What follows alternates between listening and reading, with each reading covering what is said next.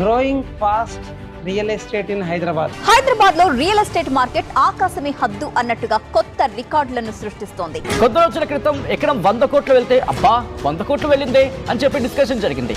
కానీ ఇప్పుడు ఏకంగా 150 కోట్లకు టచ్ అయిపోయింది. Are you growing with the same speed? Nowadays, everything is dependent on speed and competition. Hyderabad real estate తో పాటు మీరు ఎదుగుతున్నారా? లాస్ట్ కపుల్ ఆఫ్ మంత్స్ లో కుకడపల్లిలో 2,80,000 per square yard చాలా గ్రేట్ అనుకున్నాం. ఆ లోపే 177 crores ఎకర్ రాయదుర్గంలో ఇంకా అద్భుతాలు ఏం జరగవు అనుకున్నాం. బట్ 3,50,000 per square yard మళ్ళీ రీసెంట్ అమ్ముడు పోయింది. So still it is growing. So దాంతో పాటు మనం ఎదగాలంటే మనకు ప్లాట్ ఉండాలిగా. మరి హైదరాబాద్ లో లేకపోవచ్చు, అట్లీస్ట్ ఔటర్ రింగ్ రోడ్ దగ్గర ఉందా? ఔటర్ రింగ్ రోడ్ దగ్గర తీసుకున్నా భవిష్యత్ బంగారమయమే. నిజంగా ఔటర్ రింగ్ రోడ్ దగ్గర కూడా మీరు తీసుకోకపోతే మీకు మరొక అవకాశం మీ కళ్ళ ముందర ఉన్నది ఏంటంటే రీజనల్ రింగ్ రోడ్ మాత్రమే.